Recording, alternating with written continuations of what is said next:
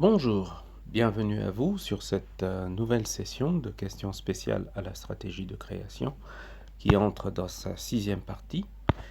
Alors, aujourd'hui, nous allons bien évidemment continuer la suite de nos questionnements sur la stratégie, mais aussi sur le marketing. En premier lieu, n'oubliez pas de vous abonner sur la chaîne YouTube de Congo Design Art TV, en likant sur la vidéo et en souscrivant pour recevoir toutes les vidéos qui sont liées à ce contenu ou à d'autres contenus qui seront diffusés. Alors, revenons à l'essentiel de cette partie 6 qui est consacrée au marketing. Nous revenons sur les notions qui ont été évoquées sur la partie 5, en sachant que le marketing pouvait être compris à travers ces éléments essentiels qui sont le besoin. Nous avons parlé du désir, nous avons parlé de la demande, nous avons parlé du produit, nous avons parlé de l'échange, nous avons parlé du marché, nous avons parlé également du potentiel. À travers ces mots, qui sont au nombre de 7, mais qui peuvent aller jusqu'à 10 ou même plus, il sera essentiel de comprendre ce qu'est réellement le marketing. Et nous avons voulu définir le besoin comme étant une sensation de privatisation. Et nous avons également décrit que le besoin nous ramenait à la notion des classements des pyramides de Maslow, qui classe les pyramides, les besoins par ordre de priorité, par ordre de la base au sommet, avec une base qui est remplie de besoins psychophysiologiques. Et en second lieu, nous avons les besoins de sécurité. En troisième lieu, nous avons les besoins d'appartenance. En quatrième lieu, les besoins d'estime. Et en cinquième lieu, les besoins d'accomplissement. Alors, on parlait également du désir comme étant un moyen privilégié de satisfaire un besoin, et la demande comme étant un nombre d'unités d'un bien particulier que les consommateurs sont disposés à acheter durant une période de temps donnée sous des conditions déterminées. Donc la demande, c'est l'attente aussi des entreprises par rapport aux produits qu'ils veulent découler. On parlait du produit, qui est lui tout ce qui peut être offert sur le marché et qui est apte à satisfaire un besoin. Donc l'échange également, c'est une opération qui consiste à obtenir de quelqu'un un produit désiré en lui offrant quelque chose en retour. Donc de ce fait, nous continuons avec les notions qui sont liées au marché, l'ensemble des acheteurs potentiels, mais aussi à l'échange, les personnes qui sont susceptibles d'opérer l'achat du produit. On ajoute à ça la valeur d'un bien ou d'un service parmi les mots qui peuvent nous aider à comprendre le marketing. Et dans cette valeur, vous avez la capacité à satisfaire les besoins à partir d'un prix qui se trouve être raisonnable. Et après, nous avons la qualité totale. Nous sommes toujours à la recherche d'une relation très claire entre le produit, la qualité et le prix. Et donc la qualité qui consiste pour l'entreprise à améliorer ses procédés de fabrication pour offrir un produit, un service qui est exempt de tout défaut. Alors, pour définir le marketing à partir des mots que nous avons décrits ci haut, le marketing c'est un ensemble d'actions dans une économie de marché qui ont pour objectif de prévoir, de constater, de stimuler ou de susciter, le cas échéant, de renouveler un besoin. Ça veut dire que le besoin, il peut être là, mais il peut se dissiper, mais on doit le renouveler. Et à part ça, après avoir renouvelé le besoin, on doit l'adapter, adapter de manière continue l'appareil productif commercial. Donc à partir de cette définition, on peut très bien comprendre que le marketing, en tant qu'ensemble d'actions, nous amène à l'économie de marché. Et pour comprendre l'économie de marché, il faut comprendre l'économie. C'est quoi cette notion d'économie? Donc, celui qui veut comprendre le marketing doit d'abord et avant tout comprendre l'économie. Qu'est-ce que c'est?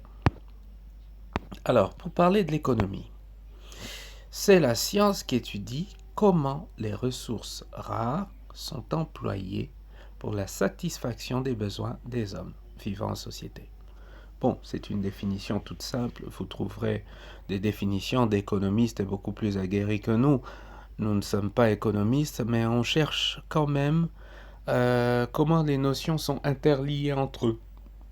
Et qu'il est très très facile de comprendre une notion quand on voit tous les contours. Donc, si on doit comprendre le marketing, on doit comprendre l'économie de marché. Et si on doit comprendre l'économie de marché, on doit comprendre l'économie. Comment les ressources sont utilisées pour les besoins des hommes. Donc, cette définition nous vient d'Edmond Malevich dans son livre « Leçons des théories de microéconomie ». Nous n'allons pas nous appesantir sur des notions économiques très poussées. Pour ça, il faudrait d'autres vidéos que vous nous direz certainement si vous en avez besoin. Nous le ferons. Alors, l'économie, c'est aussi une science humaine. Elle étudie la façon dont les individus et les sociétés utilisent les ressources. Alors, dans cette notion d'économie, pour qu'on y revienne, vous avez l'utilisation des ressources pour la satisfaction des besoins. Donc, on revient encore à cette histoire de besoins, sur les types de besoins qui ont été cités précédemment avec la pyramide de Maslow, mais on revient également sur les besoins comme une sensation de manque qu'un individu cherche à combler. Donc le besoin, c'est ce manque-là qu'il nous faut absolument combler par l'achat d'un produit. Donc les individus, ils ont des besoins quasi illimités. Aujourd'hui, on parle des ressources qui sont épuisables. On parle du pétrole qui doit finir. On parle du plastique. On parle, mais tous ces besoins font partie d'une société qui croît. Et plus la croissance est là, plus la croissance démographique, plus les besoins augmentent. Et ce n'est pas indéniable. Alors, pour la pyramide de Maslow, il faut également rentrer sur la vidéo de la partie 5 pour pouvoir revoir tous les 5 catégories de besoins qui ont été classés de la base au sommet. Après, nous allons voir les systèmes d'économie existants. Il y en a beaucoup, parmi lesquels l'économie fermée, l'économie capitaliste, l'économie artisanale, l'économie corporatiste, qui est presque appelée l'économie de guerre, l'économie collectiviste. Bon, ce sont des systèmes d'économie économiques qui ont des valeurs ou des notions qui sont différentes les unes des autres, mais certaines d'entre elles ont été inspirées par d'autres. Et nous ne pousserons pas très très loin cette notion-là, sauf si vous nous le demandez, bien évidemment. Alors parlons de l'économie de marché. Dans l'économie de marché, vous avez des notions très très claires qui sont définies. Alors l'économie de marché désigne le système dans lequel les agents économiques peuvent vendre et acheter librement des biens ou des services et des capitaux. Donc il y a une notion d'échange très très très poussée, d'échange libre. Alors ça dépend des zones géographiques, ça dépend également des types des demandeurs. Alors chaque agent économique agit en fonction de ses propres intérêts. C'est là où la notion de profit vient en jeu parce que les agents économiques sont des entreprises, sont des collectivités, quand ils ont des biens et des services à vendre, ils vont agir sur base des intérêts qu'ils peuvent acquérir suite à la vente de ces profits. Alors, ce qui est souligné, c'est que le profit est considéré positivement comme la récompense du risque. Voilà à peu près une simple, sans trop développer, les lignes de base de l'économie de marché. Alors, ce qui sous-entend, en résumé, dans l'économie de marché, il faut produire ce que l'on peut vendre. On ne produit pas ce que l'on ne peut pas vendre. On ne produit pas pour pour ne pas écouler la marchandise. Donc on produit parce qu'il y a des preneurs. On produit parce qu'on a identifié une demande bien précise. Alors continuons. Maintenant entrons sur les types de marketing. Le marketing tel que nous avons défini au-dessus, bien avant, mais pour bien comprendre, il existe plusieurs types de marketing qui répondent tous au même objectif. L'objectif du marketing, c'est vendre son produit ou son service, fidéliser sa clientèle, identifier les nouveaux consommateurs ou les clients.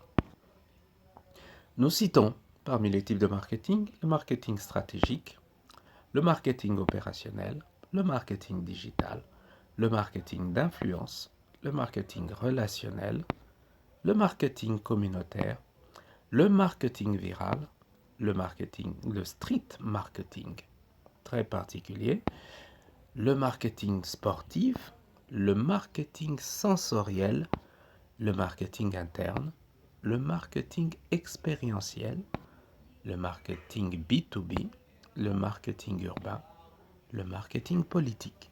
Mais on peut ajouter encore plusieurs autres types de marketing. Donc, rien qu'en essayant de remplir le 3/4 de cet écran, cela vous montre qu'on peut passer toute une vidéo ou des vidéos simplement à parler de marketing et à définir chaque type de marketing et sa particularité essentielle. C'est très important pour un marketeur, pour un manager, d'avoir une idée globale, après de faire le choix sur le type de marketing qu'il va employer en fonction du public visé ou des objectifs à atteindre. Alors, nous vous remercions d'avoir suivi Congo Design Art TV. N'oubliez pas de liker et de souscrire à cette chaîne qui tente de parler simplement de stratégie et de marketing. Je vous souhaite une excellente soirée ou une excellente journée et restez à l'écoute de Congo Design Art TV.